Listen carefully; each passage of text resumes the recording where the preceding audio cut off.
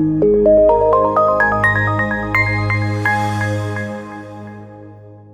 everyone, welcome back to InvestED. Now you might have heard this term animal spirits in the context of investing, but what does that actually mean?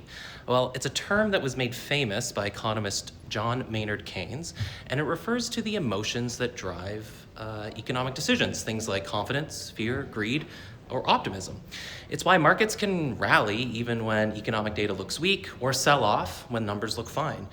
It's human behavior, not spreadsheets, that often make markets move in the short term. So when you hear people talk about animal spirits returning to the market, they mean investors are feeling bolder and risk appetite is back. It's a reminder that in the short term, investing isn't just about numbers, it's also about sentiment. Now I gotta run to this meeting. I'll talk to you again soon.